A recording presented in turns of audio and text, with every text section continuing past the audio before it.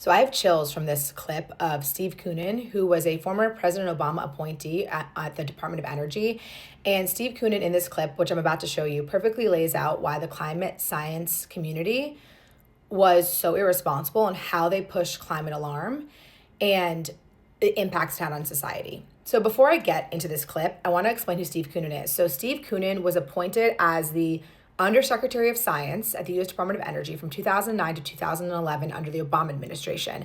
And while he was there, he was just your typical climate change narrative pusher. And, this is really important, la la la.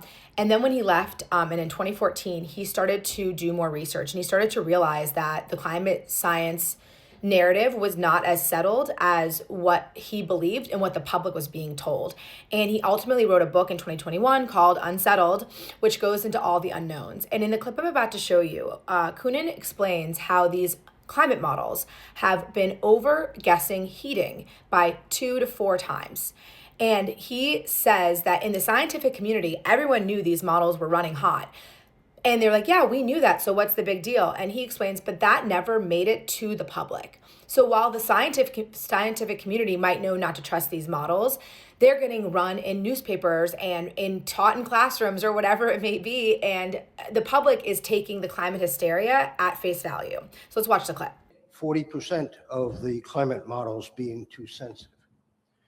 And your statement, Andy, that it was well known in the scientific community, indeed. True. But what matters is not the knowledge in the scientific community. What matters is the knowledge among the public, in particular, the decision makers.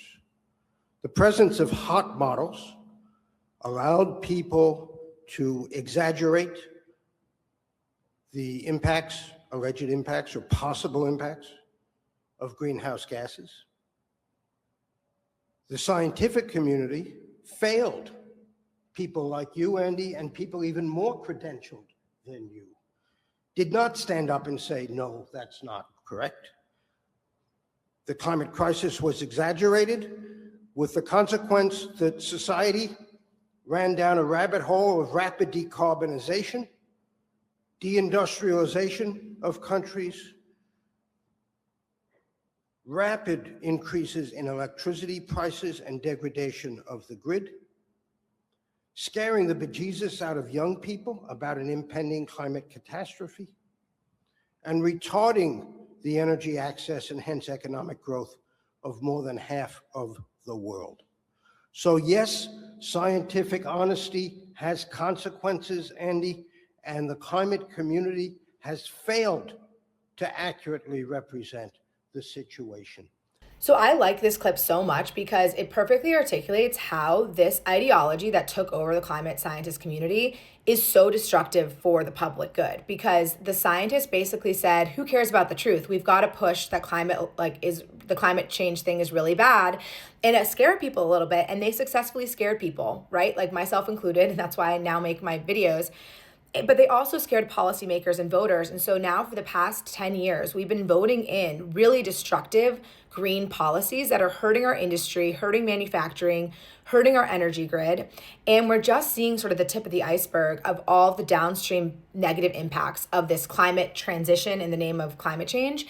And we're seeing it a lot in Europe, in Germany, all these places. Like in the UK, they have the highest manufacturing costs for their energy. And you might be a normal person being like, why do I care? Expensive energy basically then makes everything else expensive. So if you're a manufacturer and you can pick between building something in the UK and giving jobs to people in the UK or in China, if China's energy is 4 times cheaper than the UK's, that's a very easy decision. And so these decisions have been being made again and again over the past several years. And what's happening is it's just basically hollowed out the manufacturing in Europe, and it's really hurting the economy there.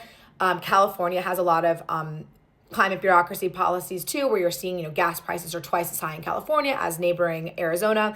And so these start to really impact the everyday person. And you may not be woke to all of this, right? But then your gas is twice the price and you're paying the cost, or the manufacturing business in your community is shutting down and people are losing their jobs. So this actually really impacts everybody, but it's sold to us as this really nice bill of good that's like, believe in the future. Let's go green. Let's transition away from dirty fossil fuels. And it's sold such a simple black and white, good versus evil, clean versus dirty fossil fuels. But really, what we lead to is less manufacturing, less jobs. You have a feeling of hopelessness and nihilism, and people saying, where did my industry go? Where are my job opportunities? Oh, they've all been exported to China, which, by the way, is less regulated than the US. So we're not even lowering our carbon emissions. And the frustrating thing about the movement is you pass all these policies and they don't move the needle on carbon emissions anyway, because you just end up moving manufacturing from in the US to really dirty, less regulated places like China.